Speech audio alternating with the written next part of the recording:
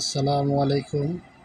গাজীপুর সদর হাসপাতাল, Tajuddin medical college আসছিলাম আজকে আমরা আমার এক জরুরি প্রয়োজনে, তাই ভাবলাম একটা শর্টকাট ভিডিও তৈরি করি।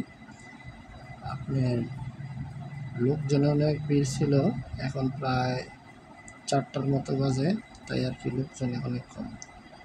এখানে পরিবেশ অনেক সুন্দর, বাইরে আসলাম, দেখতেছি ভালোই লাগতেছে।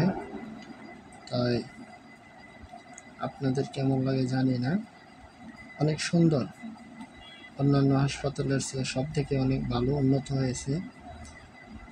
আসলে রোগীর সেবাটা হচ্ছে ডাক্তারদের একটা নৈতিক দায়িত্ব।